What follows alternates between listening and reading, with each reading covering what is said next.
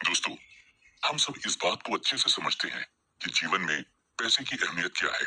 और आज हर व्यक्ति अपने जीवन में इतनी भागदौड़ सिर्फ पैसा कमाने और अमीर बनने के लिए ही कर रहा है, क्योंकि इस दुनिया में हर आम आदमी अमीर बनना चाहता है और अमीर बनने के लिए वो जी तोड़ मेहनत करता है। मगर फिर एक ऐसा पल भी आता है जब वो थक कर हार मान जाता है और कड़ी मेहनत करने के बाद भी दौलतमंद बनने का उसका सपना ऐसे टूटता है मानो किसी ने समंदर के किनारे रेत का महल बनाया हो और पानी की एक लहर ने उस महल को धराशायी कर दिया हो।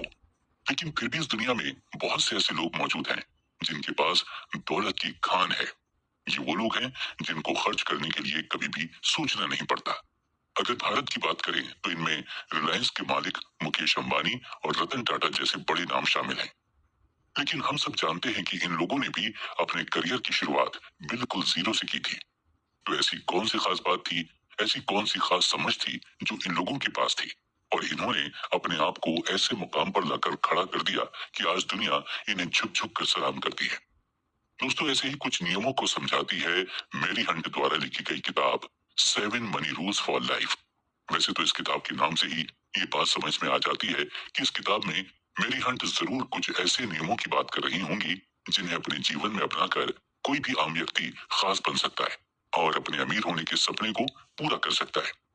ये किताब उन लोगों के लिए एक बेहतरीन किताब है जो जीवन की खूबसूरती को हमेशा कायम रखना चाहते हैं। ये किताब उन लोगों के लिए है जो अपने जीवन में अमीर बनने के रहस्य की तलाश में है। तो दोस्तों, आज कुकू एफएम पर हम उसी रहस्य को आपके साथ साझा करेंगे जिसको जानने के बाद आप भी धन कमाने के नियम जान पाएंगे। और ये नियम इतने सिंपल हैं कि इनको फॉलो करके कोई भी इंसान अमीर बन सकता है।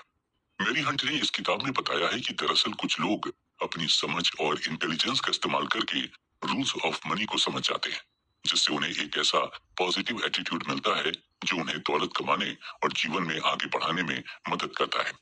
अपनी इस किताब के जरिए मेरी हंट बताती हैं कि आप क्यों नहीं सोचते कि अमीर बनने के लिए डिग्री कोई मायने नहीं रखती, बल्कि आपके जीवन में आपको अमीर बनने के लिए डिग्री वाली पढ़ाई से भी पढ़कर आना ज्यादा जरूरी है। और उसे बोलते हैं फाइनेंशियल इंटेलिजेंस। हमने अक्सर लोगों को ये बात करते सुना है कि जीवन में हमेशा फाइनेंशियली इंडिपेंडेंट होना चाहिए, फाइनेंशियल फ्रीडम ही सब कुछ है। लेकिन क्या आपने कभी सोचा है कि फाइनेंशियल फ्रीडम का असली मतलब क्या है? अगर नहीं, तो चलिए मेरी हंट की इस किताब से हम फाइनेंशियल फ्रीडम के बारे में समझते हैं। इमेजिन कीजिए कि आप एक सुबह सोकर उठे और आप जानते हैं कि आपके पास कितने पैसे हैं और आपके सारे लिविंग एक्सपेंसेस भी एकदम मुफ्त हैं, बल्कि आपके जितने भी गोल्स या डिजायर्स हैं वो सब इसमें कंप्लीट हो जाएंगे। फिर आपको और काम करने की जरूरत नहीं होगी। तब आपको कैसा लगेगा? तब आपको जैसा फील होगा उसी को कहते हैं फाइनेंशियल फ्रीडम। तो दोस्तों, देर किस बात की है, आइए सुनते हैं धन के नियम सिखाने वाली उस विश्व प्रसिद्ध किताब की समरी, जिसमें दौलत कमाने के 7 आसान तरीके बताए गए हैं। यकीन कीजिए, अगर आप इन नियमों को समझ गए तो जीवन की 80% चिंताएं छू मंतर हो जाएंगी और आप हो जाएंगे फाइनेंशियली स्टेबल और इंडिपेंडेंट। दोस्तों, इस बुक का हर एक चैप्टर एक इंसान के पैसों के प्रति बिहेवियर और एटीट्यूड को दर्शाता है। कुछ निश्चित बिहेवियर्स अच्छे नतीजे की गारंटी होते हैं, जबकि दूसरे बिहेवियर्स असफलता के। इस बुक में पैसे से रिलेटेड बहुत से लेसन्स पर बात की गई है, जिनमें से कुछ लेसन्स हमें निश्चित व्यवहार के प्रति सजग बनाते हैं और कुछ लेसन्स हमें लाभकारी आदतें अपनाने के लिए प्रोत्साहित करते हैं। तो दोस्तों, इस किताब के सभी चैप्टर्स की खूबसूरती यह है कि इन्हें कोई भी व्यक्ति फॉलो कर सकता है। ये लेसन्स सिर्फ ज्यादा इनकम वाले लोग या बहुत बड़ी एजुकेशन डिग्री वाले लोगों के लिए नहीं है। ये हर उस व्यक्ति के लिए है जो पैसा कमाने के नियमों को समझना चाहता है। तो इस ऑडियो बुक समरी के अगले एपिसोड में हम जानेंगे कि अगर आप अमीर बनना चाहते हैं तो ऐसी कौन सी खास इंफॉर्मेशन है जो आपके पास होनी बहुत जरूरी है, यानी कि उस इंफॉर्मेशन को कैसे इकट्ठा किया जा सकता है और कैसे उसे अपनी लाइफ में अप्लाई करके अमीर बना जा सकता है।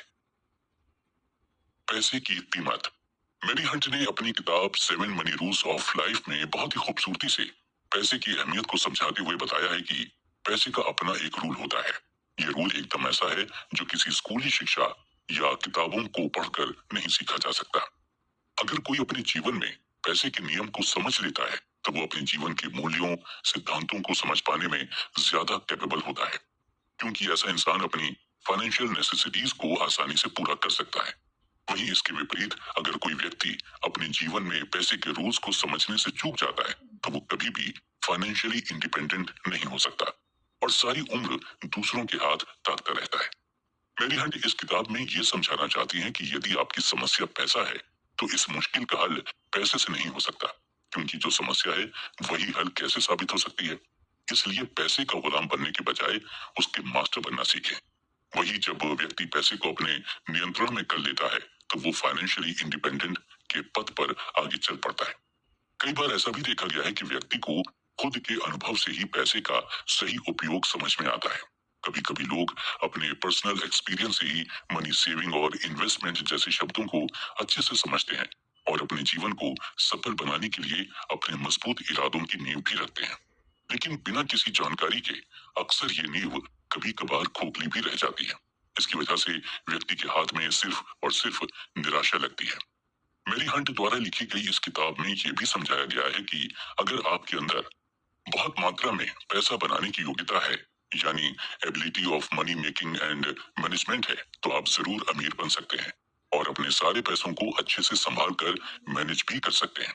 और याद रखिए कि आपका वेतन आपको अमीर नहीं बनाता, आपकी खर्च करने की आदत बनाती है। मनी मैनेजमेंट और फाइनेंशियल इग्नोरेंस को समझाने के लिए मैरी हंट ने हार्वर्ड बिजनेस स्कूल द्वारा किए गए एक सर्वे की बात की है। इस सर्वे में हार्वर्ड बिजनेस स्कूल ने यह पाया कि लगभग अमेरिका के 2/3 लोग ऐसे हैं जो फाइनेंशियल मैनेजमेंट को नहीं समझते। कुछ ऐसे भी हैं जिनको फाइनेंशियल इग्नोरेंस के बारे में बिल्कुल भी जानकारी नहीं है। वो लोग ये तक नहीं जानते कि उनके पास मौजूद क्रेडिट कार्ड काम कैसे करते हैं। बहुत से लोग ऐसे भी हैं जो इंश्योरेंस लेते वक्त उस डॉक्यूमेंट पर लिखी गई टर्म्स एंड कंडीशंस तक को नहीं जानते। वो लोग ये नहीं जानते कि अगर उनके पास कोई फिक्स्ड डिपॉजिट है या फिर उन्होंने बैंक से कोई लोन ले रखा है तो वो उसके ब्याज किस दर पर भुगतान कर रहे हैं। ऐसे समय में बहुत से लोग ऐसे हैं जो उधार लेते हैं, लेकिन अमेरिकी सर्वे में हार्वर्ड स्कूल को ये पता चला कि जो लोग उधार की प्रक्रिया में आते हैं उन्हें ये तक नहीं पता होता कि उनका ब्याज किस दर पर चल रहा है। मेरी हंट का कहना है कि अगर ये लोग ये समझ जाएं कि वो लिए गए उधार की ब्याज दर पर 20% तक कम कर सकते हैं तो उनकी उधार की आधे से ज्यादा समस्याएं ऐसे ही हल हो जाएंगी। मेरी हंट ने इस किताब के माध्यम से बड़ी ही सरलता के साथ समझाते हुए बताया है कि एक मिडिल क्लास व्यक्ति अपनी पूरी जिंदगी पैसा कमाता है, फिर भी उसकी 90% प्रॉब्लम्स पैसों पर आकर अटक जाती है और उसे लगता है कि शायद वो पर्याप्त पैसा नहीं कमा पा रहा है जिससे उसकी सभी जरूरतें पूरी हो सके। मगर यहाँ प्रॉब्लम ये नहीं कि वो पर्याप्त पैसा नहीं कमा रहा, बल्कि इसकी असल वजह मनी मैनेजमेंट का ना होना है। दरअसल मनी मैनेजमेंट हमारे खर्चे और बचत का एक कॉम्बिनेशन होता है।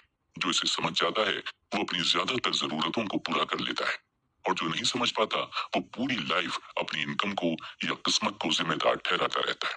आपने बचपन से कहावत तो सुनी होगी कि पैसा ही पैसे को खींचता है, मगर ये कहावत तभी संभव होती है जब पैसा सही जगह इन्वेस्ट किया गया हो, नहीं तो समय के साथ साथ पैसा भी खर्च होता रहता है। इसलिए समय के साथ साथ मनी मैनेजमेंट भी बहुत जरूरी विषय बन गया है और लोग भी इसकी जरूरत बखूबी समझते हैं।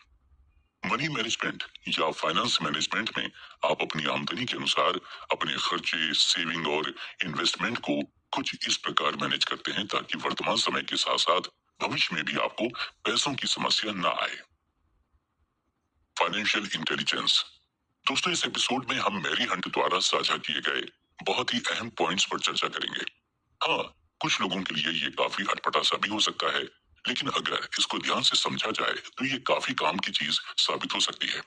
दोस्तों, मैरी हंट ने इस किताब में बताया है कि इंसान का बुद्धिमान होना और फाइनेंशियल पॉइंट ऑफ व्यू से जीवन में सफल होना ये दोनों अलग बातें हैं। सफलता अगर बिना असफलता के मिली हो तो वो सफलता बहुत ही ज्यादा जोखिम भरी होती है। फाइनेंशियल पॉइंट ऑफ व्यू से सफल होने के लिए सारी दुनिया का ज्ञान होना जरूरी नहीं होता, केवल पैसा कैसे कमाना है इसके नियम जानना जरूरी होता है। दुनिया में कई बार हमने बुद्धिजीवी लोगों को फाइनेंशियल रूप से संघर्ष करते देखा है, इसलिए कई बार सवाल आता है कि ऐसा क्यों होता है।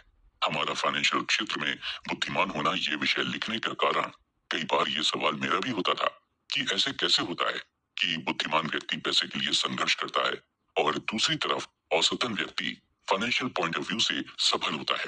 तो इसी बारे में हम यहाँ जानने की कोशिश करेंगे कि ऐसे क्या कारण होते हैं कि फाइनेंशियल पॉइंट ऑफ व्यू से सफल होने के लिए कुछ लोग विशेषताएं या कुछ अलग विशेषताएं होनी होती हैं जो हर एक बुद्धिजीवी व्यक्ति में नहीं होती। जब हम सफल व्यक्तियों के बारे में किताबें और इंटरव्यू देखते हैं तो ये देखने को मिलता है कि वो सफल क्यों हुए। इसका सही कारण उन्हें भी नहीं पता होता। कुछ ऐसी आदतें उनमें होती हैं जो सफलता का सूत्र बन जाती हैं और उनका माइंडसेट उनकी पर्सनैलिटी को अच्छा सहयोग देता है। इसलिए जो लेखक सफल व्यक्तियों पर किताबें लिखते हैं वो अच्छी तरह जानते हैं कि उनकी सफलता का क्या राज है। दोस्तों, फाइनेंशियल इंटेलिजेंस यानी फाइनेंशियल व्यवहारों में माहिर बन जाना और सही समय पर सही निर्णय लेना, जिससे फाइनेंशियल सफलता मिल जाती है, फिर चाहे वो बिजनेस हो या कोई महत्वपूर्ण निर्णय हो। इसलिए ऐसा कोई भी मौका नहीं छोड़ना चाहिए जिससे आपको फाइनेंशियल इंटेलिजेंस के बारे में समझने का चांस मिले, क्योंकि फाइनेंशियल इंटेलिजेंस के आधार पर ही हमारे फाइनेंसेस मेंटेन हो सकते हैं और हम सफल बन सकते हैं।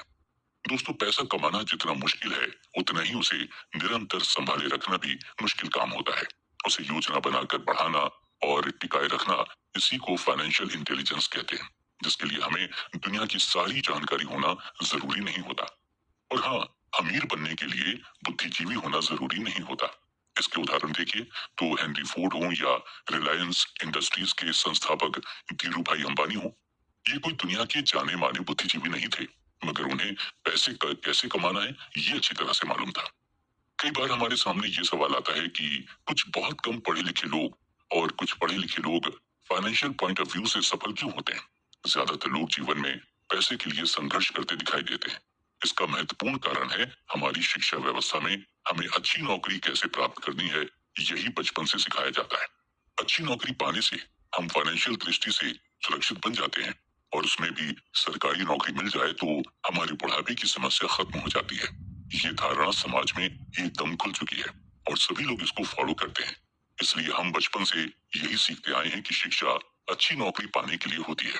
अगर भारत की बात करें तो ज्यादा पॉपुलेशन तथा अप्रासंगिक शिक्षा प्रणाली, इसकी वजह से जितने भी ग्रेजुएट्स बाहर निकलते हैं वो मार्केट के लिए परफेक्ट नहीं होते और वो अगर शुरुआती दिनों में फाइनेंशियल रूप से सफल नहीं हुए तो ज्यादातर पढ़े लिखे लोग मजबूरी में कोई भी नौकरी अपना लेते हैं और अपना जीवन औसतन बसर करते हैं। मैरी हंट के द्वारा ये बातें समझाने का कारण हमें जीवन में फाइनेंशियल रूप से कैसे सक्षम होना है ये शिक्षा प्रणाली नहीं सिखाती, तथा समाज में जो लोगों को फाइनेंशियल पॉइंट ऑफ व्यू से कैसे सफल होना है ये समझाने वाले लोग बहुत कम या ना के बराबर होते हैं। इसलिए हम फाइनेंशियल पॉइंट ऑफ व्यू से समाज में जो मान्यताएं होती हैं वैसे ही चलते हैं, जिसमें सेविंग करना, ज्यादा जोखिम नहीं लेना, सुरक्षित नौकरी करना, पैसे के लिए काम करना, ऐसे ही कई तरह की धारणाओं के साथ हम जीते हैं। आज लोग फाइनेंशियल इंटेलिजेंस को जरूरी नहीं समझते, पर यह बहुत जरूरी है। हमारी सबसे बड़ी पूंजी है हमारा दिमाग। अगर इसे अच्छे से प्रशिक्षित किया जाए तो ये ढेर सारी दौलत बना सकता है। वहीं अप्रशिक्षित दिमाग हमें गरीबी में धकेल सकता है, जो पीढ़ियों तक बनी रह सकती है। लेखक के अनुसार फाइनेंशियल इंटेलिजेंस 4 टेक्निकल स्किल से मिलकर बनती है। अकाउंटिंग, ये फाइनेंशियल लिटरेसी या नंबरों को पढ़ने की योग्यता है। इन्वेस्टिंग, ये पैसे से पैसा बनाने का विज्ञान है। अंडरस्टैंडिंग मार्केट्स, ये सप्लाई और डिमांड को समझने का विज्ञान है।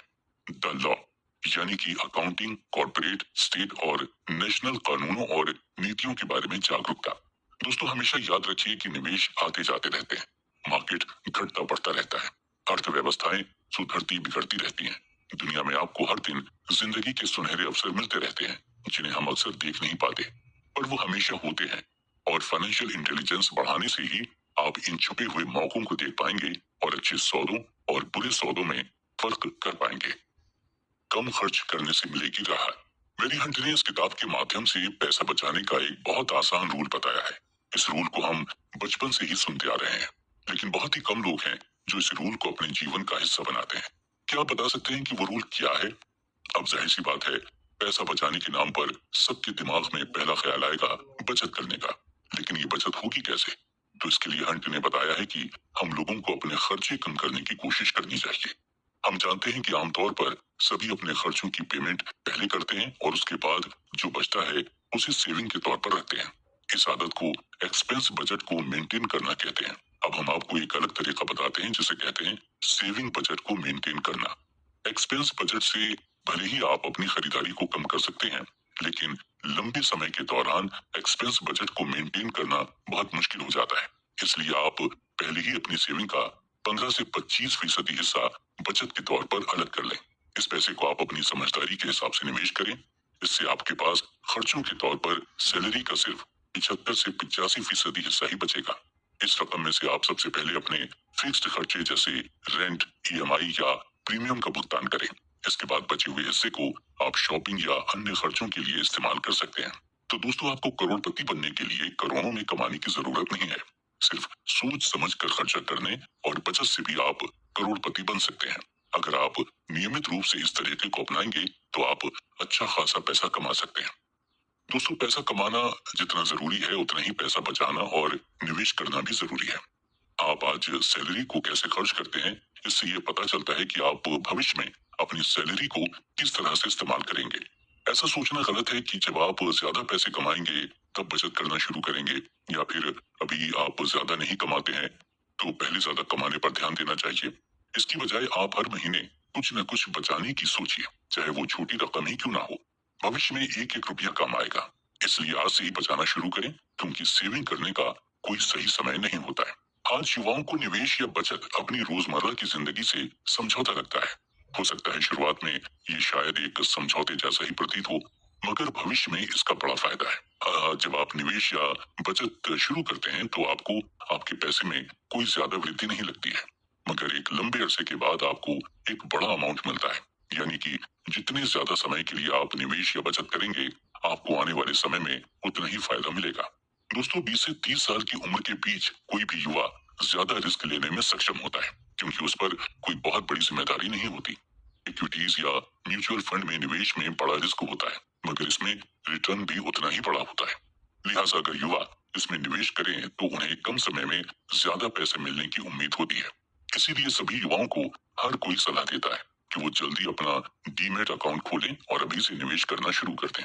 इसके अंदर कई तरह के बजटिंग प्लान्स उपलब्ध होते हैं, जिनमें से आप अपनी जरूरतों के हिसाब से कोई भी प्लान फॉलो कर सकते हैं। ये सभी एक तरह से दिशा निर्देश हैं कि आप कितने प्रतिशत पैसे किस कैटेगरी में डालें या पैसों को सही तरीके से कैसे मैनेज करें।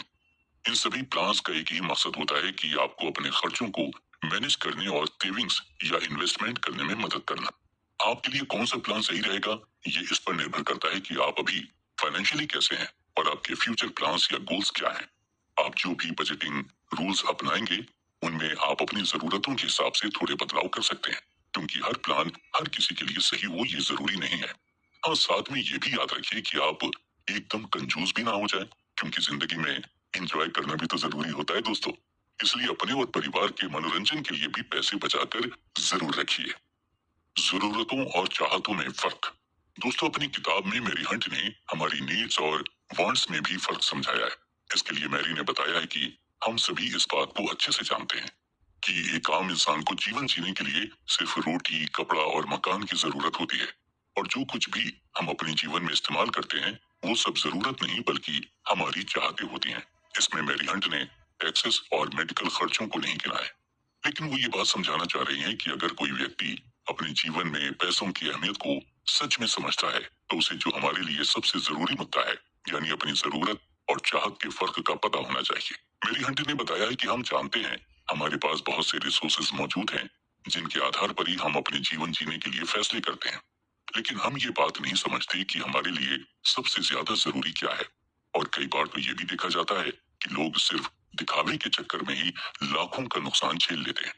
दरअसल मेरी बताना चाहती हैं कि जरूरत और चाहत में जमीन आसमान का फर्क होता है। जिसने इस फर्क को समझ लिया तो समझिए वो व्यक्ति अपने अमीर होने के सपने को जरूर पूरा कर लेगा। एग्जाम्पल के तौर पर अगर हम बात करें एक भिखारी की, तो वो भी अपनी जरूरत को पूरा कर ही लेता है, लेकिन अगर चाहत पर आए तो धन कुबेर लोग भी अपनी चाहतों को पूरा करने के चक्कर में भिखारी बन जाते हैं। मेरी हंट ने समझाया है कि जिसने जरूरत के हिसाब से अपना जीवन बदल लिया, समझो वो जिंदगी की जंग जीत गया। जो चाहत की चूहा दौड़ में पड़ा रहता है वो व्यक्ति एक न एक दिन जीवन में जरूर हार जाता है और अपनी चाहत को पूरा करने के चक्कर में अपने बचाए हुए पैसों से भी हाथ धो बैठता है। और जब आपको अपनी जरूरतों और चाहतों में फर्क करना नहीं आता तो चाहतें पूरी करने के लिए आप गैर जरूरी चीजों में पैसा खर्च कर देते हैं। बाद में इससे आपकी जरूरतें प्रभावित होती हैं, जैसे घर का किराया, ईएमआई या मेंटेनेंस, राशन, टॉयलेटरीज, इलाज, ट्रैवलिंग खर्च वगैरह। हाँ, ऐसा भी नहीं है कि बचत के लिए इच्छाओं को पूरी तरह दबाया जाए, लेकिन हमें अनुशासन से काम करना चाहिए। इसके लिए अपने बजट में आपको 50 या 25-25 का फॉर्मूला अपनाना चाहिए। इसका मतलब है 50% खर्च अपनी बेसिक नीड्स के लिए, 25% चाहते पूरी करने के लिए और 25% बचत निवेश के लिए खर्च करना चाहिए। ऐसा करने पर आपको कभी फाइनेंशियल प्रॉब्लम्स का सामना नहीं करना पड़ेगा। लेखक के अनुसार ज्यादातर लोगों को अपने पैसे निवेश करने की सही समझ नहीं होती। वो बचत खाते में, रिकरिंग डिपॉजिट में या ट्रेडिशनल इंश्योरेंस प्लान में पैसे लगाने को अच्छा निवेश समझते हैं, जबकि इन चीजों में आपका पैसा जमा और सुरक्षित जरूर होता है, लेकिन इसकी सही ग्रोथ नहीं होती, बल्कि महंगाई के असर से उसकी वैल्यू कम हो जाती है। ऐसे में आपको अपनी इन्वेस्टमेंट प्लानिंग के लिए एक अच्छे फाइनेंशियल प्लानर की मदद लेनी चाहिए। उन्हें अपनी जरूरतें, इनकम और फ्यूचर की प्लानिंग बताएं। वो आपको गोल्ड, प्रॉपर्टी, सरकारी बचत योजनाओं, शेयर्स, फिक्स्ड डिपॉजिट, डिबेंचर और बॉन्ड में सही अनुपात में निवेश करना बताएंगे, जिससे आपको काफी फायदा होगा। दोस्तों, अगर आप वाकई में पैसे को बचाना चाहते हैं तो सिर्फ उन्हीं चीजों पर पैसा खर्च कीजिए जो आपके लिए काफी ज्यादा जरूरी है। आप बेकार की फिजूल खर्ची में जब तक पैसा बर्बाद करते रहेंगे, तब तक आप कभी अमीर नहीं बन सकते। इसके बजाय अगर आप उसी पैसे को अच्छे कामों में इन्वेस्ट करें, तो जरूरत के समय में ये पैसा आपके काफी हद तक काम आ सकता है और आपको किसी के भी आगे हाथ फैलाने की जरूरत नहीं पड़ेगी। फ्यूचर के लिए सेविंग्स। दोस्तों, हम सब ये बात जानते हैं कि मुश्किल वक्त में सेविंग ही काम आती है। इसलिए मेरी हंट ने अपनी किताब में बताया है कि हमें सेविंग्स और निवेश करके अपना भविष्य सुरक्षित करना चाहिए। निवेश करते वक्त कई बातों का ध्यान भी रखना चाहिए। निवेश जितनी जल्दी शुरू करें उतना अच्छा रहता है। जिस दिन से आपकी इनकम शुरू हो जाए, उस दिन से ही आपको निवेश करना भी शुरू कर देना चाहिए। इस किताब में मेरी हंट ने बहुत से छोटे छोटे गोल्डन रूल्स की चर्चा की है। इन रूल्स को अगर आप भी अपने जीवन में अपना लेंगे तो जरूर अपने अमीर बनने की चाहत को पूरा कर पाएंगे। दरअसल मेरी हंट ने बताया है कि सबसे पहले अपने सभी कर्जे खत्म करने की कोशिश कीजिए। जी हाँ, नौकरी की शुरुआत में अगर आप पर कोई कर्ज है तो उसे जरूर खत्म कर दें। हो सकता है आप पर एजुकेशन लोन हो या फिर कोई अन्य लोन जो आपके माता पिता ने आपकी पढ़ाई के लिए लिया हो। सबसे पहले उसे खत्म कर दीजिए, क्योंकि ऐसा करने से आप चिंता मुक्त होकर पूरी तरह निवेश पर ध्यान दे पाएंगे। मेरी हंट ने इस किताब में इस तथ्य पर भी चर्चा की है कि हर महीने की सैलरी से की गई छोटी छोटी बचत भविष्य में बड़ा सहारा बन जाती है।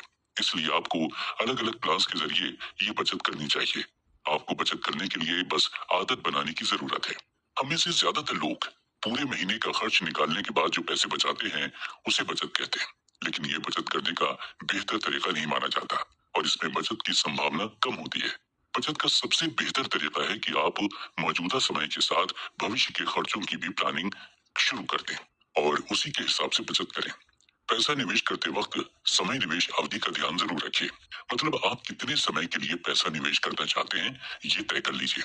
याद रखिए कि कई सेविंग स्कीम और योजनाएं लॉक इन पीरियड के साथ आती हैं, यानी इस पीरियड में आप अपना निवेश किया हुआ पैसा नहीं निकाल सकेंगे। इसलिए किसी सेविंग स्कीम को चुनते वक्त लॉक इन पीरियड का ध्यान जरूर रखिए। इसके साथ ही कहीं भी पैसा लगाने से पहले निवेश विकल्पों की तुलना ठीक से करनी चाहिए। आपको देखना चाहिए कि किस स्कीम या योजना ने बीते सालों में कितना रिटर्न दिया है और यहाँ निवेश करना सुरक्षित है या नहीं। निवेश का प्लान करते वक्त बहुत ज्यादा समय के लिए या बड़े बड़े लक्ष्य बनाने से भी बचें। बड़े लक्ष्य को छोटे छोटे हिस्सों में बांटें। इसके दो फायदे होंगे। पहला, आप अपने निवेश की सही तरह से निगरानी कर सकेंगे। दूसरा, अगर आपका निवेश सही रिटर्न नहीं दे रहा है तो आप कुछ समय बाद उसके मैच्योर होने पर उसे कहीं और निवेश कर सकते हैं। मेरी हंट ने बताया है कि पैसे बचाने के लिए एक अलग ऑनलाइन सेविंग्स अकाउंट भी खोला जा सकता है। बैंक में बचत खाता होना इसलिए जरूरी है क्योंकि ये इमरजेंसी फंड के रूप में काम करता है। इसमें से जब जरूरत हो पैसे निकाले जा सकते हैं, लेकिन ये पैसे अगर एफडी, एनएससी जैसी योजनाओं में डाल दें तो एक तय समय के लिए इन्हें नहीं निकाला जा सकता है। इसलिए बचत खाता होना जरूरी है। बचत खाते में ऑटोमेटिक मनी ट्रांसफर का सिस्टम सेट कर दें, यानी कि एक निश्चित रकम के बाद जो भी पैसा बढ़ेगा वो राशि एफडी खाते में ट्रांसफर हो जाएगी। मान लीजिए आपने अपने बचत खाते की राशि 25,000 रुपए निर्धारित कर दी, तो आपके खाते में जब उससे ज्यादा पैसा होगा तो वो ऑटोमेटिक एफडी खाते में ट्रांसफर हो जाएगा। इससे बचत खाते से अधिक एफडी खाते में ब्याज की कमाई होगी। दोस्तों, खरीदारी के लिए डिस्काउंट कूपन, ऑफर और उपलब्ध अन्य योजनाओं का उपयोग भी जरूर कीजिए। ये कंपैरेटिवली कम पैसे में चीजें खरीदने में मदद करता है। आज ज्यादातर प्रोडक्ट्स पर ऑनलाइन और ऑफलाइन कई ऑफर्स उपलब्ध होते हैं। खर्च को कम करने के लिए उन प्रस्तावों का उपयोग कीजिए। इससे आपको अपने बिलों पर लगभग 10 से 20% की बचत करने में मदद मिलेगी। लालच से दूर। लेखक के अनुसार इस दुनिया में वही व्यक्ति सबसे धनवान है जिनके पास संतोष नामक धन है। पैसा बचाने के साथ साथ 7 मनी रूल्स फॉर लाइफ किताब में मेरी हंट ने लालच के बारे में भी काफी चर्चा की है। मेरी हंट बताती है कि लालच हमारा दूसरा सबसे बड़ा शत्रु है, क्योंकि ये कभी भी आपके जीवन में संतोष की स्थिति पैदा नहीं होने देता। ये डर का बहुत करीबी रिश्तेदार है, क्योंकि डर आपको हमेशा इनसिक्योर फील करवाता है, तो वही लालच आपके जीवन की मौजूदा स्थिति को बिगाड़ के रख देता है। इसलिए कभी भी आपको अपने जीवन में डर और लालच को नहीं पनपने देना चाहिए।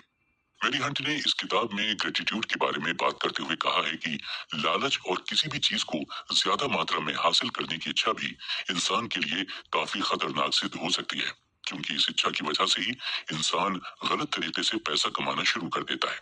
और ये चीज किसी से भी छुपी नहीं है कि गलत तरीके से कमाया गया धन लंबे समय तक नहीं टिकता। ये लालच ही तो है जब आप अपने जीवन में बड़ी गाड़ी, बड़े घर और महंगे इलेक्ट्रॉनिक गैजेट्स को खरीदने की इच्छा करने लगते हैं। आपको ऐसा लगने लगता है कि कहीं आपका जीवन इन महंगी गैजेट्स के बिना अधूरा है। लालच जब भी आपके कान में आकर बोलता है, तो आप अपने आप को गलत रास्ते पर धकेल देते हैं। इसलिए हमें अपने जीवन में लालच का पीछा छोड़कर संतोष का रास्ता अपनाना चाहिए।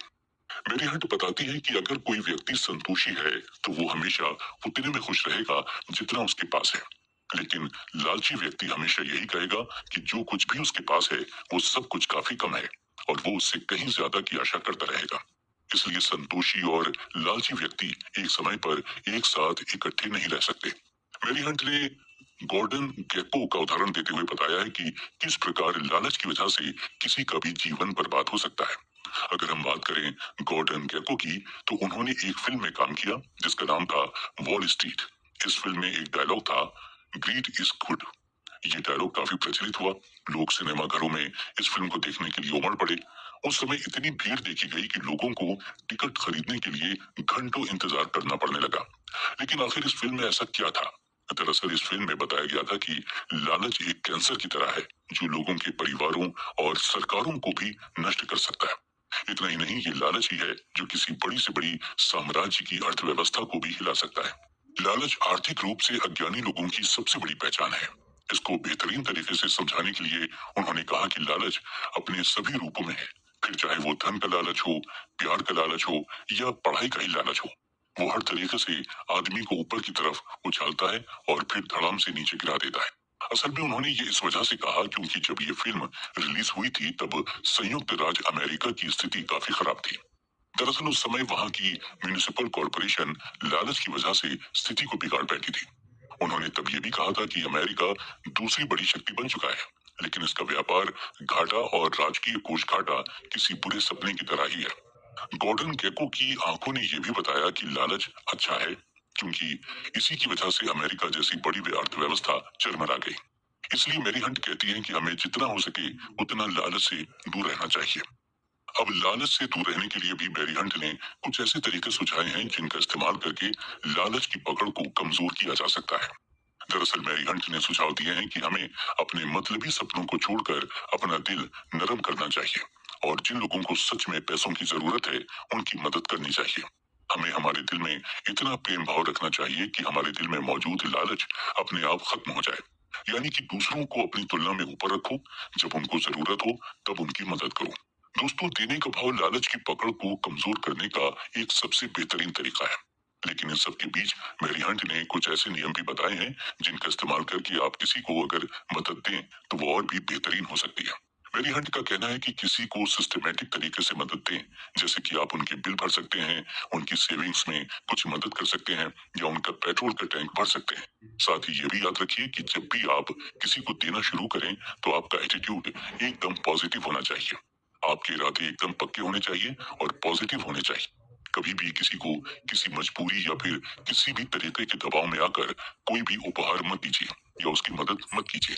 याद रखिए, जब भी किसी की मदद कीजिए पूरे चेयरफुल तरीके से कीजिए, ताकि आपसे मदद लेने वाले लोग भी हमेशा आपको याद रखें। दोस्तों, हमें तब कितना गुस्सा आता है जब वास्तव में पैसों की जरूरत हो लेकिन पर्स खाली मिले, इससे कोई फर्क नहीं पड़ता कि आपके पास कितने ज्यादा या कितने कम पैसे हैं। लेकिन उन पैसों को समझदारी के साथ खर्च करना ही एक अच्छा उपाय है, जिससे आप बहुत से पैसे बचा भी सकते हैं।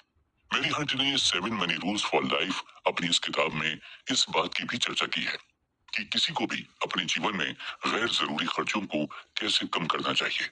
इस बात को हम ही जानते हैं कि ये गैर जरूरी खर्चे ही हैं जो हमें सेविंग्स करने से रोक देते हैं। मेरी हंट का कहना है कि बहुत सारे लोग ये मानकर चलते हैं कि उनके जीवन के जो ये गैर जरूरी खर्चे हैं वो काफी जरूरी हैं।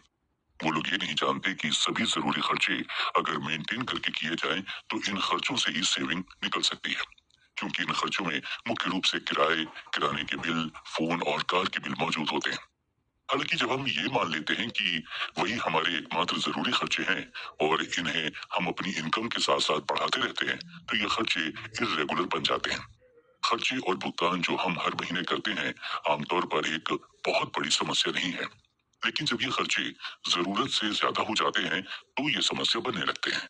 ऐसे में मेरी हंट ने बताया है कि अपने खर्चों और आमदनी पर नजर रखिए, जिससे आपके सामने आपकी इकोनॉमिकल कंडीशन की एक क्लियर पिक्चर आएगी। रसीदें संभाल कर रखिए या बजट लिखने के लिए बनाई गई नोटबुक में अपनी खरीदारी लिखिए। अपने हर महीने के बिल की एनालिसिस कीजिए और इन खर्चों को अपने बजट में जोड़िए। कैटेगरी के अनुसार अपनी खरीदारी को मेंटेन करें, जैसे फूड, क्लोथ्स, एंटरटेनमेंट। एक बार आप अपनी खरीदारी पर कुछ समय तक नजर रखें और फिर हर कैटेगरी के लिए एक मंथली या वीकली लिमिट बनाएं। ध्यान रखें कुल बजट आपके उस समय की आमदनी से कम होना चाहिए। साथ ही अगर संभव हो तो एक्स्ट्रा सेविंग्स के लिए भी कुछ राशि छोड़ दें। इसी तरह बुद्धिमानी से बचत करने के फैसले से हाथों हाथ बचत होती है। बजट के द्वारा आप हर महीने जितनी पूंजी जमा करते हैं उसे एक सेविंग अकाउंट या अन्य ब्याज देने वाले इन्वेस्टमेंट में लगाइए। जितनी ज्यादा रकम आप हर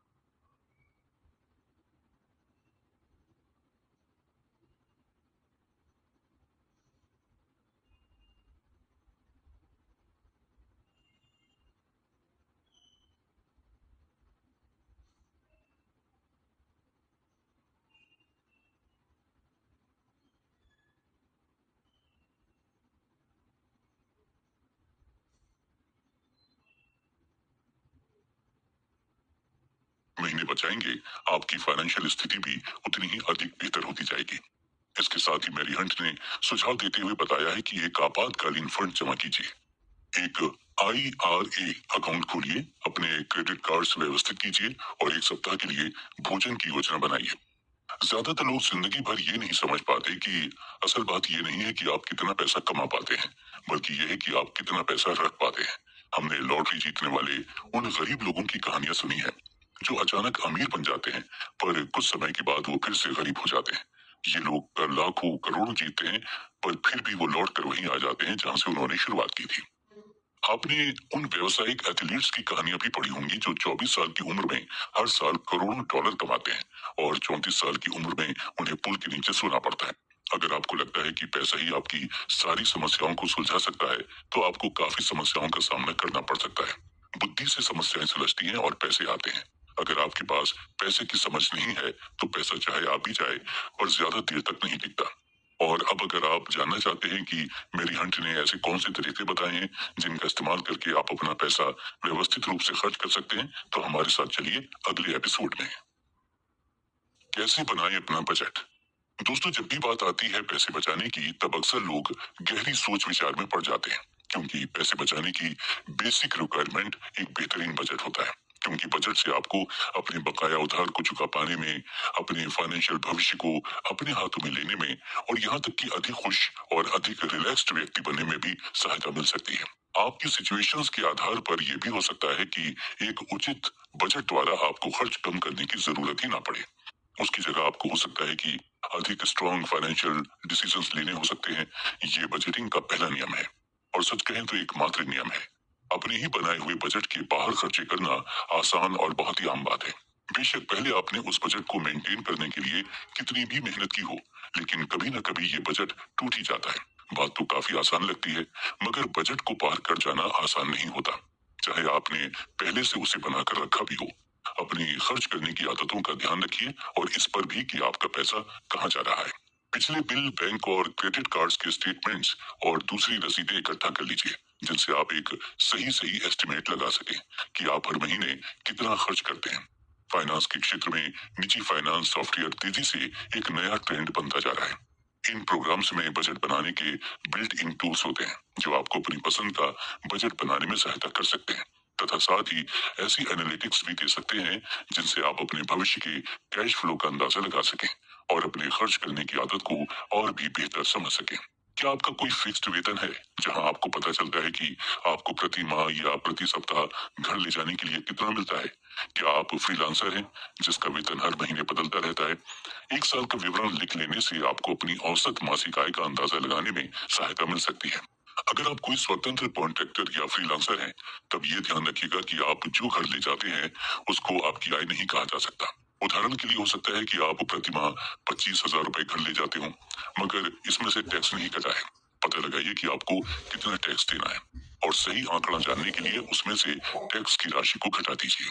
अगर आप वेतन पाने वाले कर्मचारी हैं, तब संभावित टैक्स रिफंड को अपनी कुल आय में मत जोड़ लीजिएगा। आपकी मासिक आय में केवल वही दिखना चाहिए जो आपको टैक्स काटने के बाद मिलता है।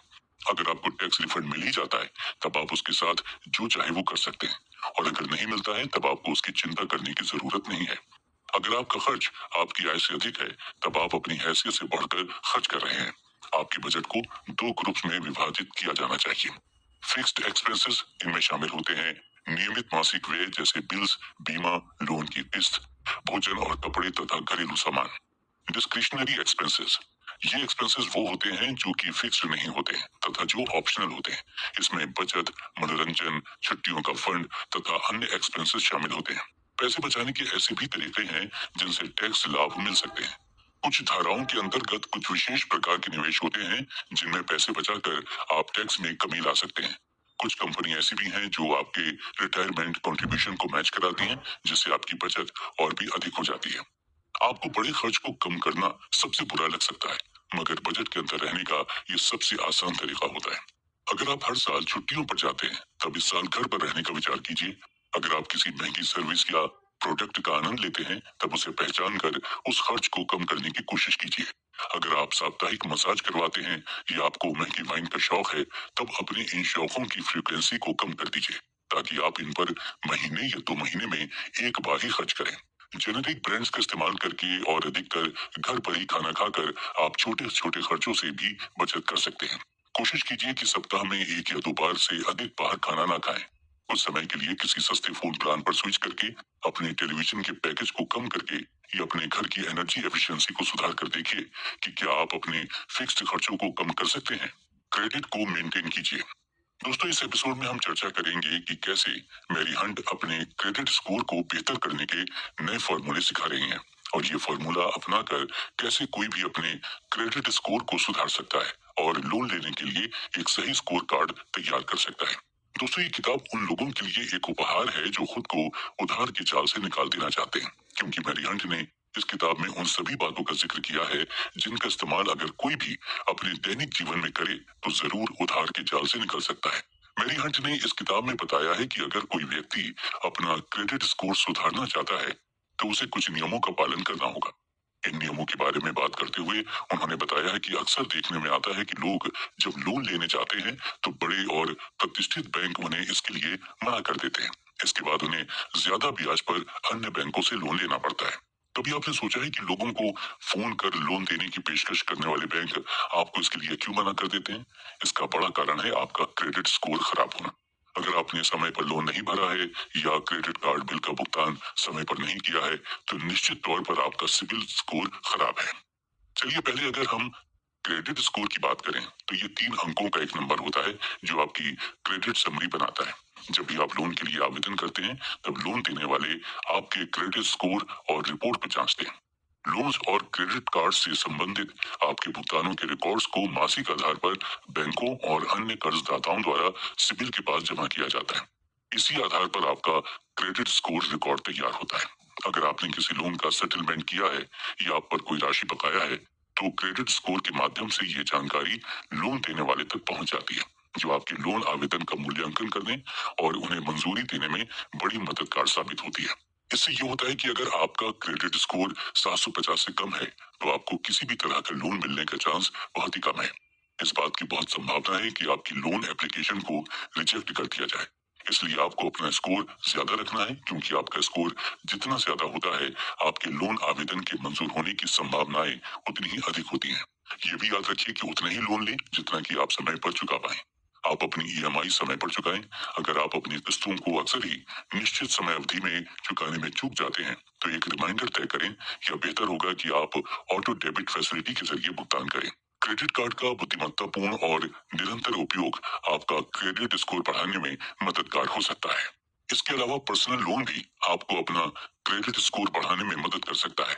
ये एक अनसिक्योर्ड लोन होता है जो कि आपके क्रेडिट स्कोर को सर्वाधिक प्रभावित करता है। जो लोग समय पर लोन का भुगतान नहीं कर पाते वो अक्सर लोन सेटलमेंट कर लेते हैं और सोचते हैं कि उन्हें इस लोन से छुटकारा मिल गया, लेकिन ये धारणा पूरी तरह गलत है। इससे आपको बैंकों से आने वाले फोनों से तो छुटकारा मिल जाएगा, पर समस्या कम होने की जगह बढ़ जाएगी। इस माध्यम से बैंकों की कुछ रिकवरी हो जाएगी, लेकिन ये सेटलमेंट सिविल रिपोर्ट में जरूर दिखाई देगा। अब आप अगले 7 साल तक कोई लोन नहीं ले पाएंगे। 7 साल बाद आपका नाम इस सिविल रिपोर्ट से निकल जाएगा, लेकिन उसके बाद भी आपकी क्रेडिट रेटिंग इतनी कम रहेगी कि आपको लोन देने से पहले बैंक बारीकी से विचार करे। जिस तरीके से क्रेडिट स्कोर की गणना क्रेडिट कार्ड कैलकुलेशन से की जाती है, उसमें समय पर भुगतान का सबसे बड़ा पॉजिटिव प्रभाव होता है। समय पर भुगतान करने से आपका स्कोर बढ़ता है। यदि आप देर करते हैं तो इसमें कमी आती है। देरी से भुगतान करने पर फिर चाहे वो क्रेडिट कार्ड की पेमेंट हो या आपकी ईएमआई, उसका आपके क्रेडिट इतिहास पर नकारात्मक प्रभाव पड़ता है और उधारदाता इसे पसंद नहीं करते हैं। इसके कम होने के बहुत से कारण हैं, जिन्हें हम हाई इम्पैक्ट, मीडियम इम्पैक्ट और लो इम्पैक्ट में बांट सकते हैं। जैसे हाई इम्पैक्ट, ये हमारे स्कोर पर बहुत अधिक प्रभाव डालता है। जब हम किसी कारण से लोन की रीपेमेंट टाइम पर नहीं कर पाते हैं तो इससे हमारा सिबिल स्कोर खराब होता है। क्रेडिट कार्ड के बिल का पेमेंट ड्यू डेट तक न करने पर भी ये हमारा स्कोर कम कर देता है। जब हम मिनिमम पेमेंट ड्यू भी पे नहीं करते हैं तो लोन या क्रेडिट कार्ड देने वाले बैंक या किसी भी नॉन बैंकिंग फाइनेंशियल कंपनी के साथ डिस्प्यूट होने से, जो अभी रिजॉल्व नहीं हुआ है, डिस्प्यूट किसी भी कारण से हो सकता है, जैसे fraud transaction, incorrect fees charge आदि। ये हमारे स्कोर पर बुरा प्रभाव डालता है। मीडियम इम्पैक्ट, दोस्तों इसके नाम से ही पता चल रहा है कि ये हमारे स्कोर पर मध्यम स्तरीय प्रभाव डालता है। दरअसल जब हम अनसिक्योर्ड लोन्स का ज्यादा इस्तेमाल करते हैं और सिक्योर्ड लोन्स बहुत कम या नहीं लेते हैं तो ये भी हमारे क्रेडिट स्कोर पर मीडियम इम्पैक्ट डालता है। हम अपनी मिले हुए क्रेडिट लिमिट या लोन लिमिट का अधिकतम सीमा तक इस्तेमाल करते हैं। जैसे हमारी क्रेडिट कार्ड की लिमिट अगर 1 लाख रुपए है और हम 80 से 90 हजार हर महीने खर्च कर देते हैं तो इसका भी निगेटिव इम्पैक्ट हमारे स्कोर पर पड़ता है। कम समय में बहुत सारे लोन ले लेने पर, जैसे मान लीजिए कि हम 6 महीने में 4 से 5 लोन ले लेते हैं तो ये भी हमारा स्कोर खराब करेगा। लो इम्पैक्ट, ये हमारे स्कोर पर कम प्रभाव डालता है। कम समय में अधिक लोन इंक्वायरी करने पर भी ये हमारे स्कोर पर नेगेटिव प्रभाव डालता है। दरअसल जब भी हम कहीं से लोन अप्लाई करते हैं तो वो क्रेडिट ब्यूरो से उस व्यक्ति का क्रेडिट रिपोर्ट और क्रेडिट स्कोर लेते हैं। ये उस क्रेडिट ब्यूरो के रिकॉर्ड में दर्ज हो जाता है, इसलिए कम समय में अधिक लोन इंक्वायरी नहीं करनी चाहिए। बार बार क्रेडिट स्कोर चेक भी नहीं करना चाहिए, क्योंकि इससे भी स्कोर खराब होता है। इनके अलावा और भी कई कारण हैं जो क्रेडिट स्कोर को खराब कर सकते हैं, जैसे ज्वाइंट लोन लेने पर अगर कोई पेमेंट टाइम पर नहीं होता है या डिफॉल्ट हो जाता है तो ये दोनों के क्रेडिट स्कोर पर नेगेटिव इम्पैक्ट डालता है। फिर इस बात से फर्क नहीं पड़ता है कि लोन की रीपेमेंट कौन कर रहा है, चाहे कोई एक व्यक्ति कर रहा हो या दोनों, पेमेंट ना होने पर दोनों के स्कोर पर फर्क पड़ेगा ही पड़ेगा। तो दोस्तों यही नियम है ज्वाइंट क्रेडिट कार्ड का भी। क्रेडिट कार्ड बिल का पेमेंट समय से ना होने पर दोनों कार्ड होल्डर्स के स्कोर पर प्रभाव पड़ेगा। एड ऑन कार्ड के केस में भी अगर पेमेंट की डिफॉल्ट दोनों कार्ड होल्डर में से जो भी करे, नेगेटिव इम्पैक्ट दोनों कार्ड होल्डर्स पर पड़ेगा। अगर हम किसी लोन के गारंटर हैं और वो व्यक्ति जिसने लोन लिया है वो कोई डिफॉल्ट कर दे तो ये भी हमारा स्कोर खराब कर देगा, क्योंकि हमने उस लोन की गारंटी ली थी। इसके अलावा बैंक हमें उस लोन की भरपाई भी करने को कहेगा। मान लीजिए कि एक कंपनी है जिसके नाम पर हमने लोन लिया है और हम उस कंपनी के मालिक हैं या उसमें एक पार्टनर हैं या फिर डायरेक्टर या प्रोप्राइटर वगैरह हैं और वो लोन डिफॉल्ट हो जाता है तो ये भी हमारा सिबिल स्कोर खराब करेगा। कभी कभी ऐसा हो जाता है कि हमारे लोन का पूरा पेमेंट कर देने के बाद वो इंफॉर्मेशन ठीक से अपडेट नहीं हुई होती है और वो लोन ओपन दिखा रहा होता है या पेमेंट ड्यू दिखाता है, तो ये भी हमारा सिविल स्कोर खराब कर देता है। इसलिए हमें अपना सिविल स्कोर अच्छा करने के लिए हर वक्त इन सब बातों का ध्यान रखना पड़ेगा। उधारी के नियम। दोस्तों, कुकू एफएम पर इस ऑडियो बुक समरी के जरिए आपको एक ऐसा राज बताने जा रहे हैं जिसको शायद ही कभी किसी ने आपको बताया होगा। जी हाँ, ये राज है उधारी का। बिल्कुल सही सुना आपने। अक्सर लोग अपनी जरूरतों या फिर अचानक आई जरूरतों को पूरा करने के लिए उधार की रकम लेते हैं, लेकिन बहुत से लोग ऐसे भी हैं जो समय पर उधार ना चुका पाने की वजह से अपना बहुत कुछ हार जाते हैं। मैरी हंट ने 7 मनी रूल्स ऑफ लाइफ किताब में उधारी के नियमों के बारे में भी चर्चा की है। उन्होंने बताया है कि व्यक्ति को हमेशा वही चीज उधार या उतनी रकम ही उधार लेनी चाहिए जिससे वो आसानी से बिना किसी परेशानी के वापस कर सके। ये स्मार्ट उधारी का सबसे पहला नियम भी है और ये काफी सदियों से हमें सिखाया जाता है। हमें कभी भी अपने साधनों से परे जाकर उधार नहीं लेना चाहिए। हमेशा सिर्फ ऐसा कर्ज लें जिसे आप आसानी से चुका सकें। इस नियम के बारे में अगर विस्तार से चर्चा करें तो मेरी हंट बताती हैं कि कार की ईएमआई 15% से अधिक नहीं होनी चाहिए, जबकि पर्सनल लोन की ईएमआई मंथली इनकम के 10% से अधिक नहीं होनी चाहिए। कर्ज लेने में तब तक कोई बुराई नहीं है, लेकिन आपको इसके फाइनल आउटकम्स का भी पूरी तरह से पता होना चाहिए। आमतौर पर दो तरह के लोन होते हैं, एक है प्रॉपर्टी निर्माण से संबंधित और दूसरा प्रॉपर्टी के क्षरण से संबंधित। मकान खरीदने या शिक्षा के लिए जब आप कर्ज लेते हैं तो ये प्रॉपर्टी निर्माण से संबंधित कर्ज हुआ। वहीं जब आप कोई नया फोन लेने या छुट्टियां बिताने के लिए कर्ज लेते हैं तो ये प्रॉपर्टी के क्षरण से संबंधित कर्ज हुआ। एग्जाम्पल के तौर पर अब चलिए मान लीजिए कि आप 30 लाख रुपए का मकान खरीदते हैं, तो इस तरह आप अपने लिए प्रॉपर्टी का निर्माण भी कर रहे होते हैं, भविष्य में जिसकी कीमत बढ़ने की संभावना होती है। इससे किराए की बचत भी होती है। इसी तरह से जब आप एजुकेशन लोन लेते हैं तो आप रोजगार की अपनी संभावनाओं को बेहतर कर रहे होते हैं। इन दोनों तरह के कर्जों के एवज में आप कर में छूट का दावा भी कर सकते हैं, जिससे कर्ज की लागत कुछ कम हो जाती है। इसके विपरीत जब आप कर्ज से कोई कार खरीदते हैं तो शोरूम से कार के बाहर निकलते ही उसकी कीमत कम होनी शुरू हो जाती है, जबकि आपको कर्ज का भुगतान तो कार की कीमत के आधार पर ही करना होता है। लेकिन जैसे जैसे समय बीत रहा होता है उस कार की कीमत कम होती चली जाती है।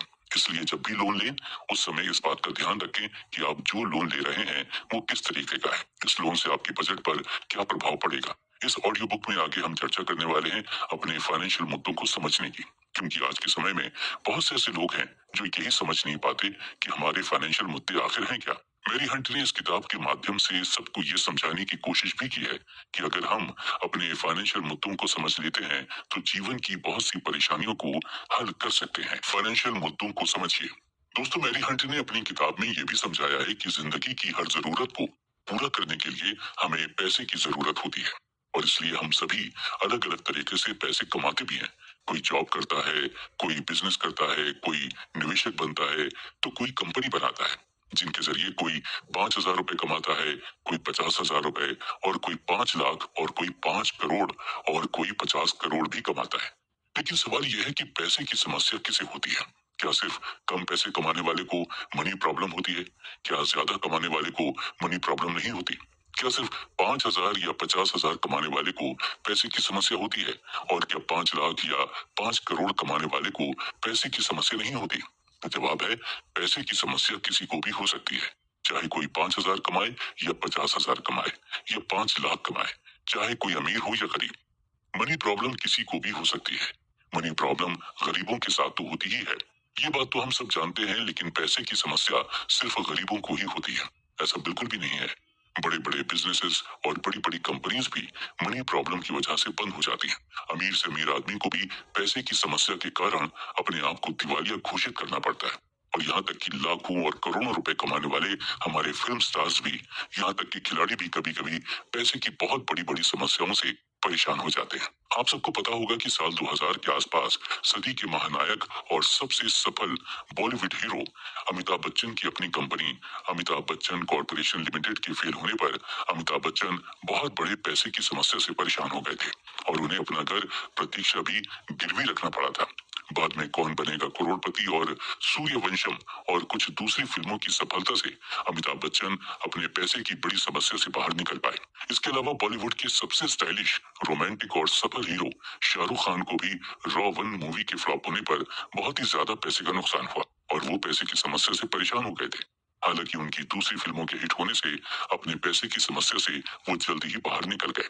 ऐसे ही बहुत सारे फिल्म स्टार्स, खिलाड़ी और दूसरी नामी हस्तियां हैं जो करोड़ों कमाती हैं, लेकिन कभी कभी उनके ऊपर पैसे की ऐसी समस्या आती है जिनसे वो बहुत ज्यादा परेशान हो जाते हैं। इन सभी एग्जाम्पल से एक बात तो तय हो जाती है कि पैसे की समस्या सभी को होती है। और इस मनी प्रॉब्लम से जुड़ी जो बात मैरी हंट ने बताई है वो ये कि जो व्यक्ति भी पैसे को सही से नहीं संभालना जानता या जो जरूरत से ज्यादा रिस्क उठा लेता है, उसके फेल होने पर वो पैसे की बहुत बड़ी प्रॉब्लम में आ जाता है। दोस्तों, पैसे की प्रॉब्लम सबको होती है। सारा खेल इस बात का है कि आप अपने पैसे की समस्या से बाहर निकलने के लिए किस तरह अपने फाइनेंशियल बुद्धि का इस्तेमाल करते हैं। अगर आपकी फाइनेंशियल समझ अच्छी है तो पैसे की बड़ी से बड़ी समस्या का आप आसानी से हल निकाल सकते हैं।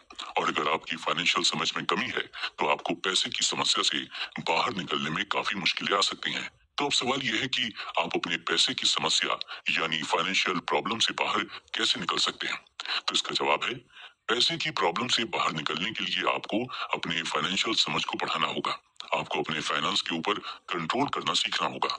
और अपने फाइनेंशियल समझ को बढ़ाने के लिए आपको अपने आप को फाइनेंशियली एजुकेट करना होगा। आपको पर्सनल फाइनेंस के बारे में सीखना होगा ताकि आप अपने पैसे को कैसे मैनेज करना सीख सकें, कर्ज के जाल से बच सकें, नेटवर्थ और पैसिव इनकम को बढ़ा सकें। इसके अलावा फाइनेंशियल प्लानिंग के बारे में सीखना होगा ताकि आप अपने पैसे से जुड़े लक्ष्यों को कैसे हासिल कर पाएं। इसके अलावा आपको अपनी पूंजी की सुरक्षा को ध्यान में रखते हुए कम से कम रिस्क के साथ अच्छे रिटर्न्स वाले इन्वेस्टमेंट के बारे में भी सीखना होगा। इरेगुलर इनकम की प्रॉब्लम। दोस्तों, मेरी हंट ने अपनी इस किताब 7 मनी रूल्स फॉर लाइफ में उन लोगों का भी खास ध्यान रखा है जिनकी इनकम रेगुलर नहीं होती। रेगुलर इनकम का मतलब होता है कि ऐसी इनकम जो किसी महीने ज्यादा होती है तो किसी महीने कम होती। जिन लोगों के पास रेगुलर इनकम का कोई सोर्स नहीं होता, उन लोगों को अक्सर सेविंग्स करते समय परेशानी का सामना करना पड़ता है। इरेगुलर इनकम वाले लोगों के लिए फाइनेंशियल प्लानिंग बिल्कुल अलग चीज होती है। इसकी वजह यह है कि ऐसे लोगों को ये तो पता होता है कि खर्च कहाँ कहाँ करना है, लेकिन दिक्कत यह है कि इन्हें सोर्स ऑफ इनकम की जानकारी नहीं होती। ऐसे केस में इनकम और खर्च को बैलेंस करते हुए एक प्लान बनाना सबसे चैलेंजिंग काम होता है। यानी कि अगर आप अच्छे तरीके से सोच समझ कर प्लान बनाते हैं तो इससे आपको अपने रोजमर्रा के खर्चों को मैनेज करने में मदद मिलती है। साथ ही आपको अपनी लाइफ के महत्वपूर्ण लक्ष्यों को हासिल करने में भी हेल्प मिलती है। दोस्तों, लेखक के अनुसार अनुशासित रहना सक्सेस का सबसे बड़ा मंत्र है। उदाहरण के लिए, बढ़िया इनकम होने पर आपको बेमतलब बहुत ज्यादा खर्च करने से बचना चाहिए। इसकी वजह यह है कि बहुत ज्यादा खर्च करने के बाद अचानक से रुपए की जरूरत पड़ने पर आपको काफी अधिक इंटरेस्ट रेट पर पर्सनल लोन लेना पड़ सकता है या क्रेडिट कार्ड का इस्तेमाल करना पड़ सकता है। यहाँ ये नोट करना जरूरी है कि अगर आप अपने प्लान पर नहीं टिकते हैं तो उसे तैयार करने में लगा समय बेकार चला जाता है। अगर आप अपने प्लान से इधर उधर भटकते हैं तो आपको अपने गोल को हासिल करने में दिक्कत हो सकती है और आप अपने आप के लिए प्रॉब्लम खड़ी कर लेते हैं। इसलिए अपने प्लान के साथ टिके रहिए और जरूरत पड़ने पर किसी प्रोफेशनल से एडवाइस लीजिए। अगर आपकी इनकम रेगुलर नहीं है तो इनकम बूस्टर क्रिएट करना बहुत महत्वपूर्ण होता है। यहाँ आपके लिए नोट करने वाली बात यह है कि इमरजेंसी फंड से आपको थोड़े समय के लिए रिलीफ मिलती है, और वो भी ऐसे समय में जब आपकी इनकम आपके खर्चे से कम पड़ जाती है। ऐसे वक्त में इनकम का दूसरा सोर्स होने से आपके फाइनेंस को जरूरी स्टेबिलिटी मिलती है।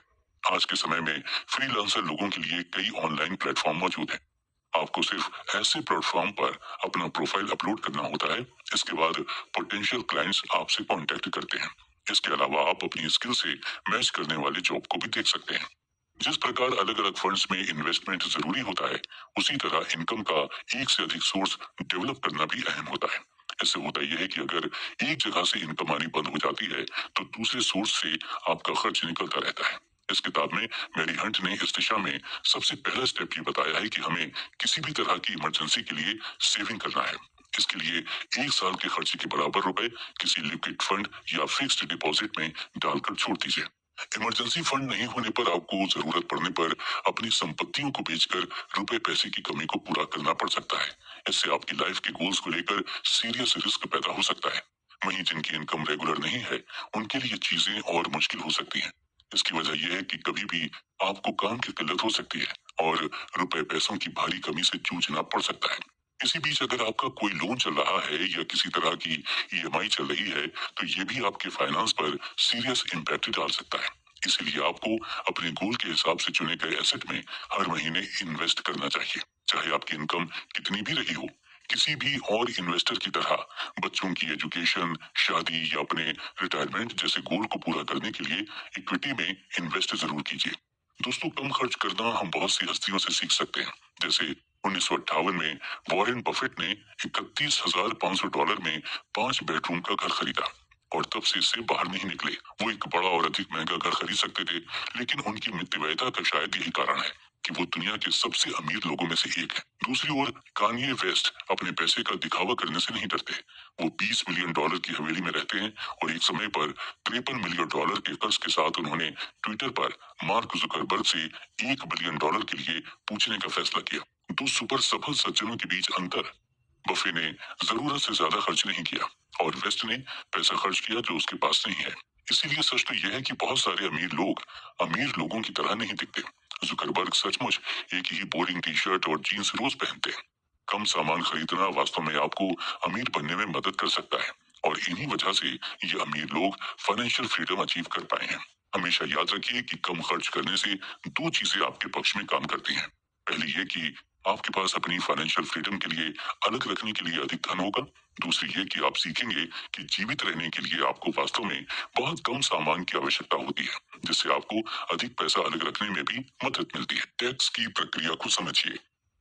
दोस्तों, हम सब ये जानते हैं कि किसी देश के विकास एवं तरक्की के लिए वहाँ की जनता जो टैक्स देती है, उसी का इस्तेमाल करके वहाँ की सरकार देश की तरक्की करती है। लेकिन क्या कभी किसी ने सोचा है कि हम जो टैक्स सरकार को देते हैं, हम अगर उसमें से भी थोड़ी थोड़ी बचत करनी शुरू कर दें, तो हम काफी पैसा बचा सकते हैं। इसी चीज को समझाते हुए मेरी हंट ने 7 मनी रूल्स फॉर लाइफ किताब में टैक्स की इम्पोर्टेंस को भी बताया है। उन्होंने इस बारे में बताया है कि अमीर बनने के लिए टैक्स को समझना बहुत जरूरी है। अगर आप अमीर बनना चाहते हैं और अमीर बने रहना चाहते हैं, तो आपको टैक्स को समझना और उससे फायदा उठाना आना चाहिए। सबको लगता है कि अमीर लोग ज्यादा टैक्स देते हैं, पर ऐसा नहीं है। अमीर लोग टैक्स और उससे जुड़े सभी कानूनों को अच्छी तरह से समझते हैं और उससे फायदा उठाकर अपना टैक्स कम कर लेते हैं।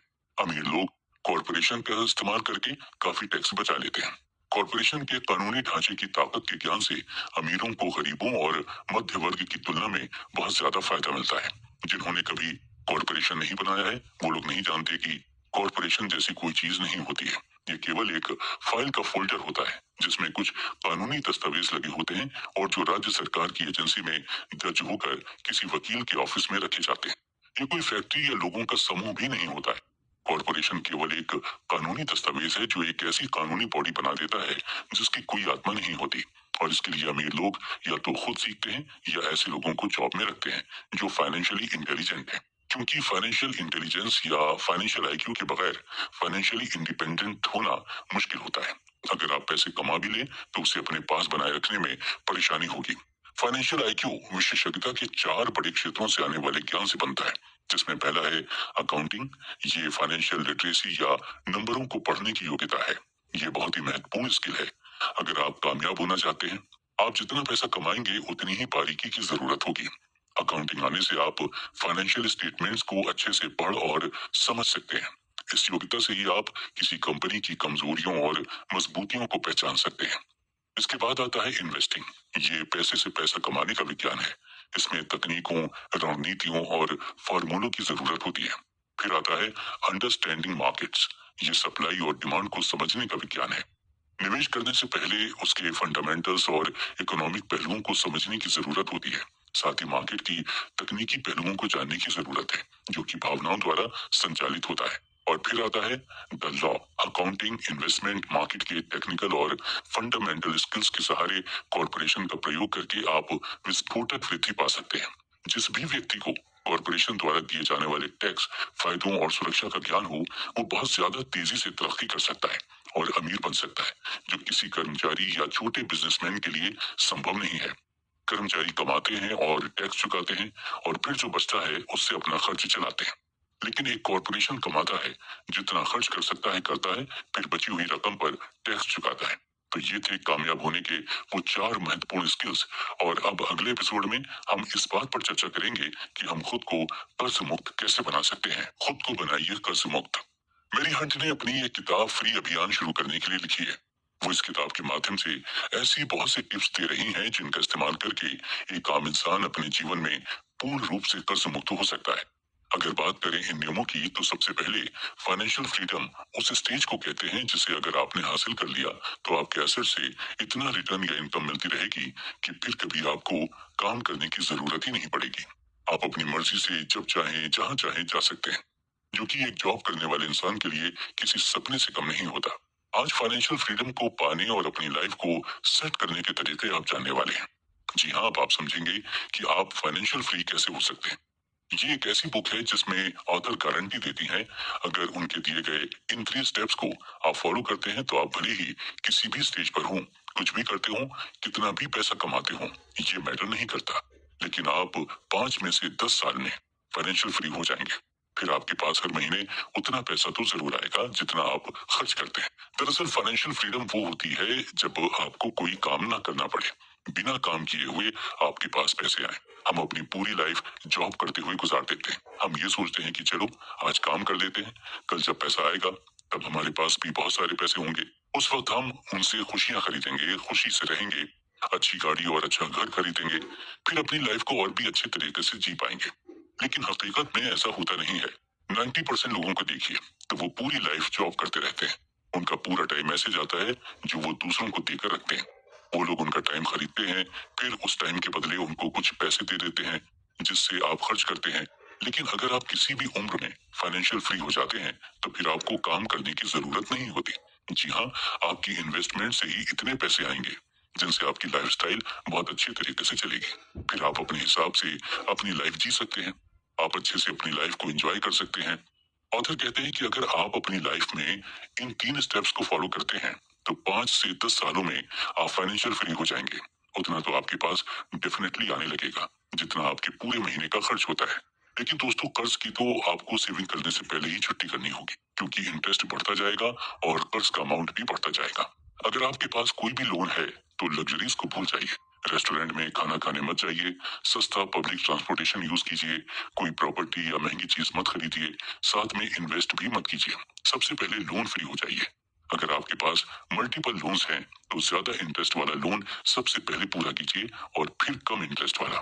दोस्तों, ये सारी चीजें आपको डेली बेसिस पर फॉलो करनी है जब तक कि आपकी सेविंग्स $25,000 की ना हो जाए, यानी कि एक घर खरीदने के बराबर ना हो जाए। ध्यान रहे कि इस अमाउंट में 1 से 2 लाख रुपए इमरजेंसी फंड के रूप में हमेशा आपके पास रहे।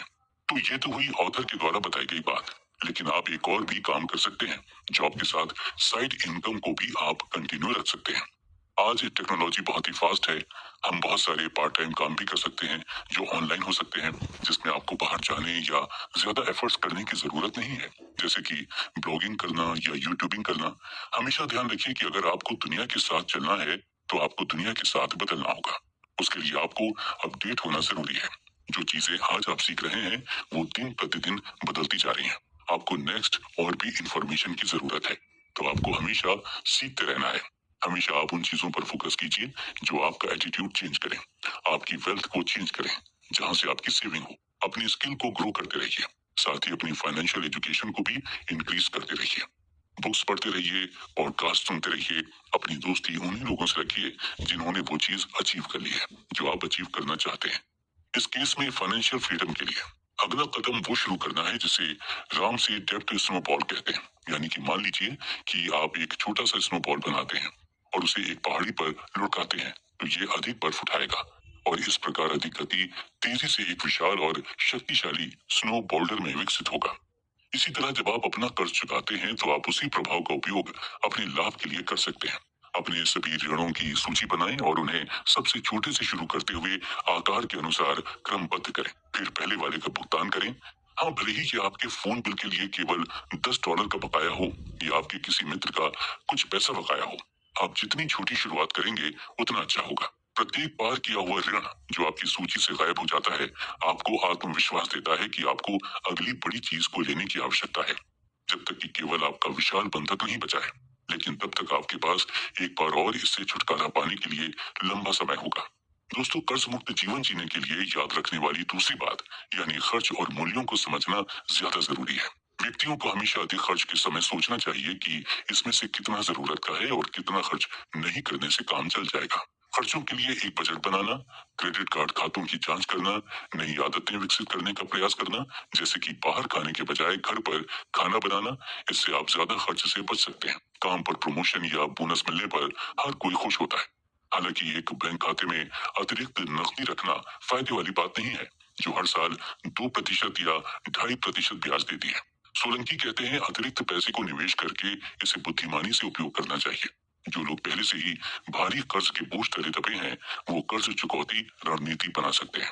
पहली बात यह है कि किसी भी नए कर्ज से बचना चाहिए, खासकर क्रेडिट कार्ड के कर्ज से। अगर ईएमआई का भुगतान करना मुश्किल हो रहा है, तो आप कुछ निवेश या गैर आय पैदा करने वाली संपत्तियों को बेचने और कर्ज चुकाने के लिए आय का उपयोग करने की योजना बना सकते हैं। लोन को मैनेज करते समय अपनी आय और आउटगोइंग की एक लिस्ट तैयार करें। निर्धारित लागतों को पूरा करके काम शुरू करें, जिन्हें हर महीने जमा या बढ़ाया नहीं जा सकता है, जैसे किराया, ईएमआई, भोजन का खर्च, वाहन आदि। उपलब्ध डिस्पोजेबल आय के साथ रियलिस्टिक होना महत्वपूर्ण है। ये तय करें कि डे टू डे लिविंग के लिए कितने रुपए की आवश्यकता होगी। इसके बाद वेरिएबल खर्चों को ट्रैक करें, जैसे बाहर खाने के खर्च और ऑनलाइन खरीदारी। तो दोस्तों, कर्ज से बाहर निकलने के लिए आप या तो एक या कॉम्बिनेशन पुनर्भुगतान रणनीतियों को अपना सकते हैं। आप न्यूनतम से अधिक भुगतान कर सकते हैं या लोन स्नोबॉल विकल्प को अपना सकते हैं। अगर आपके पास सरप्लस सेविंग्स है, तो आप अपने लोन को कम करने के लिए हर महीने देय न्यूनतम राशि से अधिक का भुगतान कर सकते हैं। आप निर्धारित न्यूनतम से अधिक भुगतान कर सकते हैं। आप कम से कम प्रत्येक भुगतान अवधि पर लगाए गए ब्याज को कम कर सकते हैं।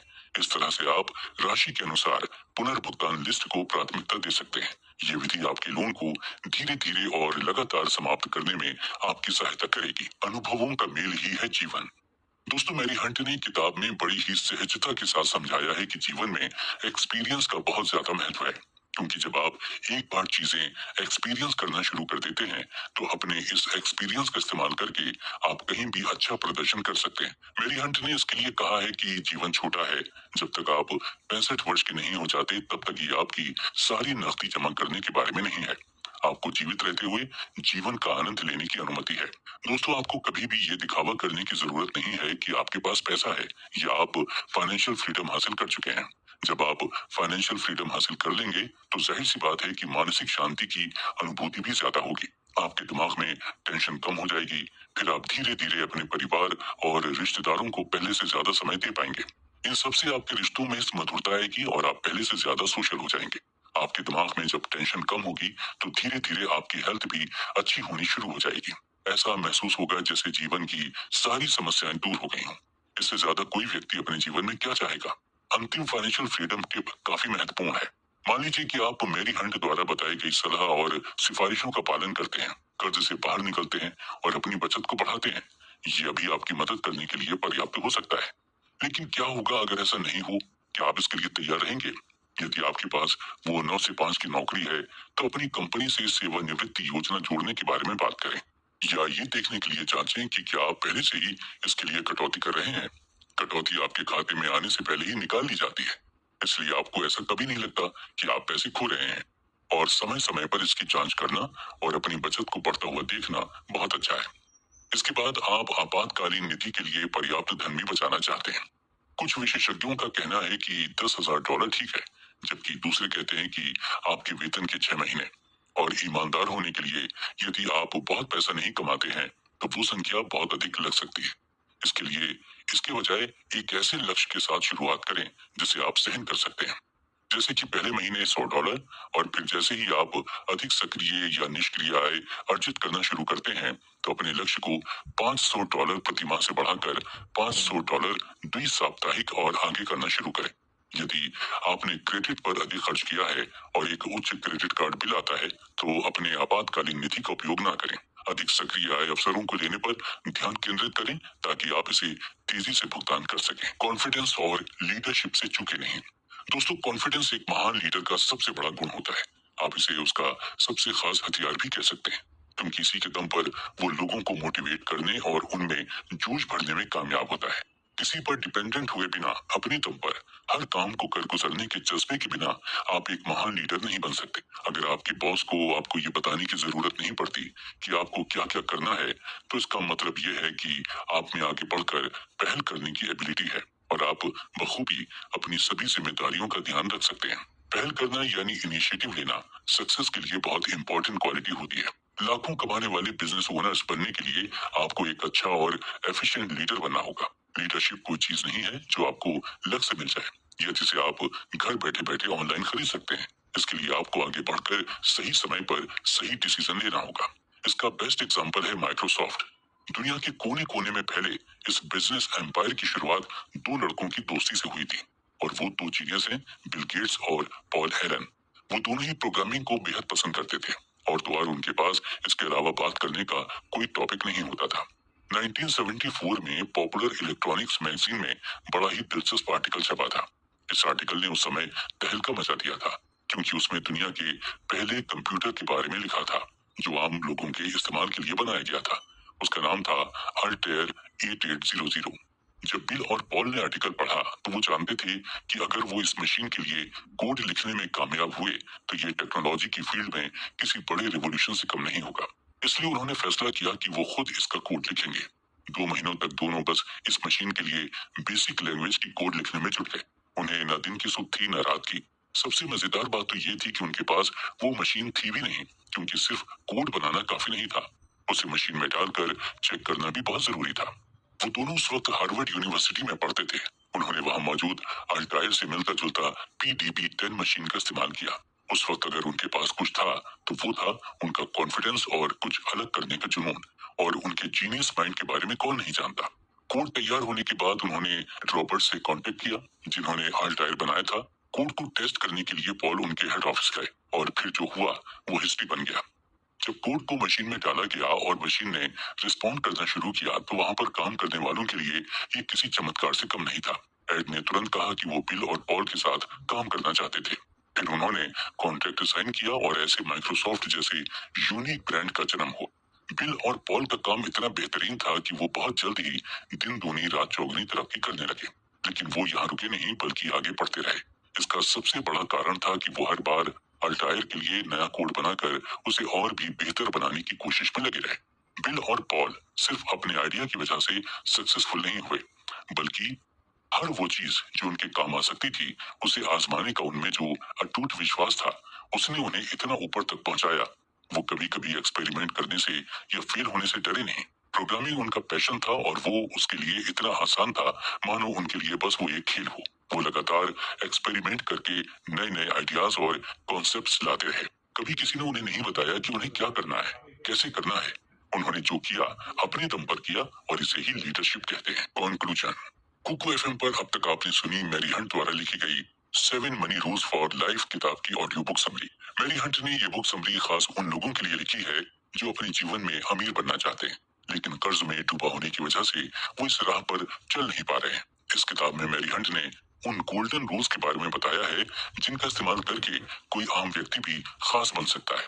इस किताब में बताए गए जिन नियमों के बारे में चर्चा की गई है उन नियमों को बड़ी ही आसानी के साथ अपनी रोजमर्रा की जिंदगी में शामिल किया जा सकता है, लेकिन इसके लिए किसी भी व्यक्ति को स्ट्रॉन्ग विल पावर की जरूरत होगी। किताब में ये पहला रूल है कि कोई भी व्यक्ति अमीर बन सकता है, उसे बस खुद को इस्तेमाल करने की जरूरत होती है। पैसों की सबसे बड़ी खूबी यही होती है कि धन किसी व्यक्ति के साथ भेदभाव नहीं करता, चाहे वो किसी भी समुदाय, धर्म, जाति का हो या फिर वो किसी भी रंग और संस्कृति का हो।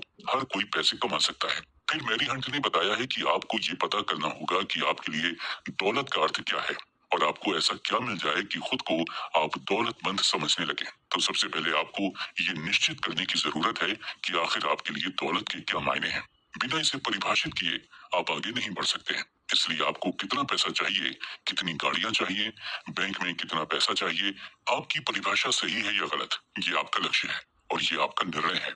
अपने लाइफ टारगेट को लेकर मैरी हंट कहती हैं कि किसी भी लक्ष्य को पाने के लिए छोटे छोटे उद्देश्यों का होना जरूरी होता है। अगर आपका लक्ष्य बिना उद्देश्य या आधे अधूरे उद्देश्य का है तो आपको भविष्य में मुश्किल होने वाली है।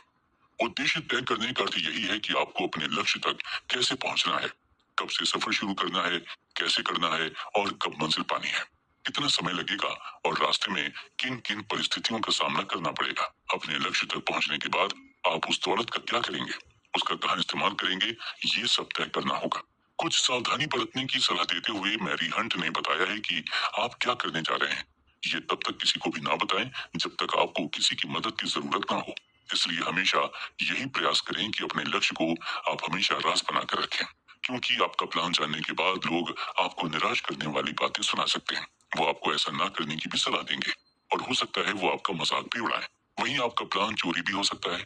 इसीलिए जब तक आप सफल ना हो जाएं, किसी को अपनी योजना के बारे में ना बताएं। ये तो आपको पता होगा कि पैसे पेड़ में नहीं उगते, उसके लिए मेहनत करनी पड़ती है। अगर आप आलसी हैं, देर से सोते हैं और सुबह देर से उठते हैं, तो अमीर बनने का रास्ता आपके लिए औरों से ज्यादा मुश्किल है। मेरी हंट ने बताया है कि ज्यादातर लोग इसीलिए पीछे रह जाते हैं, क्योंकि वो यही सोचते हैं कि उनके पास पैसे नहीं है।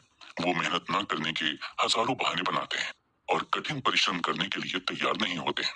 इसलिए वो लोग किसी लॉटरी टिकट खरीदने में ज्यादा दिलचस्पी दिखाते हैं, जबकि वो चाहें तो हर महीने पैसे बचाकर अगले 10 सालों में बहुत सारे पैसे जोड़ सकते हैं।